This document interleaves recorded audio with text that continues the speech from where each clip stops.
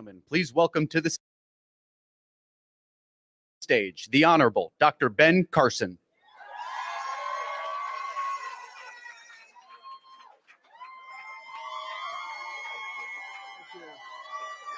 Thank you. Thank you very much.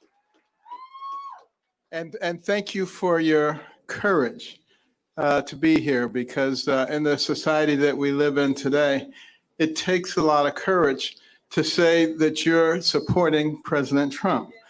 And, it's really quite interesting how people have tried to manipulate people and how to intimidate people and change their minds. This has been going on since we've been in America.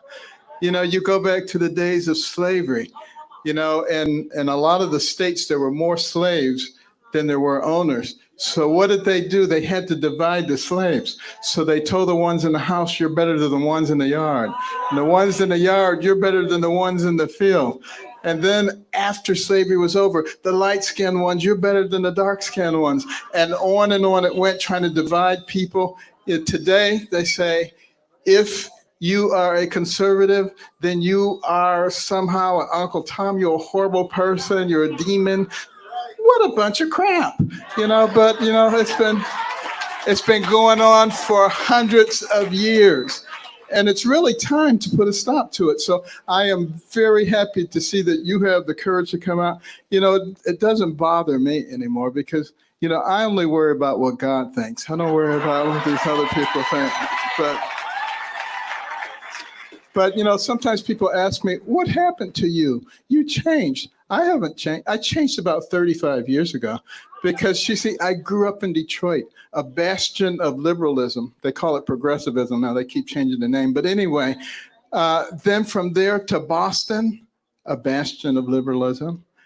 Back to Detroit, and then to New Haven, Connecticut, a bastion of liberalism, and then to Ann Arbor, Michigan, a bastion of liberalism, and then to Baltimore, Maryland, a bastion of liberalism. So I had no chance. I was a liberal. I was way out there. And then I did something that liberals are never supposed to do. I listened to a conservative. I listened to Ronald Reagan, and I said, he doesn't sound like a horrible racist person. He sounds just like my mother. And at that point, I started thinking for myself. And that made a big difference. It made a big difference in my medical career, too. I didn't do what everybody else did. I always started thinking out of the box. How do you solve this problem? And that's the reason that God gave us these complex brains. Your brain has billions and billions of neurons, hundreds of billions of interconnections. It remembers everything you've ever seen, everything you've ever heard. It can process more than 2 million bits of information in 1 second. Would God give you something like that just so that you can be a sheep and follow what somebody else tells you to do, or to think for yourself? And, don't you find it fascinating that so many people say the president's a racist? He's a horrible racist and everything he does. Well, it seems to me like some years ago, Jesse Jackson actually gave the president an award in New York City because he opened so many opportunities for Black people. Is that what a racist does? And then when he moved to Palm Beach, he was right on the forefront to fighting the clubs who were not admitting Jews and Blacks. Does that sound like what a racist would do? He is the one who finally got the Second Chance Act done. Does that sound like what a racist would do? When he took office, he brought the office of HBCUs to the White House so it could get appropriate attention, more money than ever. Opportunity zones so that people could take this money and direct it to the places where people did not have opportunities before. An economy where you have the lowest unemployment rates for Black people in history.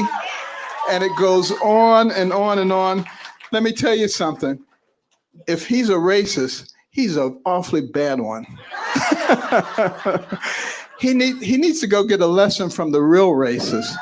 The people who look at somebody like you and me and they say, because your skin is a certain color, you have to think a certain way. And if you don't, there's something wrong with you. And they start calling you names. Those are the real racists. But you know, the president believes that a rising tide lifts all boats. He doesn't believe in identity politics, and that's why he's doing things that work for everybody. And we should be happy about that. And the media, they like to pick on him, any little thing. You know, he's not perfect. I'm not perfect. You're not perfect. The only one who ever was perfect was Jesus, and they crucified him. So, you know, think about this. And we need to just look at the big picture, think about all the incredible things that are happening, think for ourselves, and be missionaries. Go out and talk to your family, talk to your friends, help them to realize, because see, if all they're doing is looking at certain media, they don't even know about these things that we just talked about that he has done. And so they can perpetrate this horrible image of him being a bad person. It is absolutely not true. I work with him all the time. He's a wonderful person. He's become a good friend. You remember during the campaign when we were having a debate and I couldn't hear my name. I came out, I stood there, I was waiting to hear everybody else gleefully walk past. He was the only one who stood with me until they straightened it out. That's the kind of person that our president is. He is my friend, and he will be your friend as you get to know him. Ladies and gentlemen, the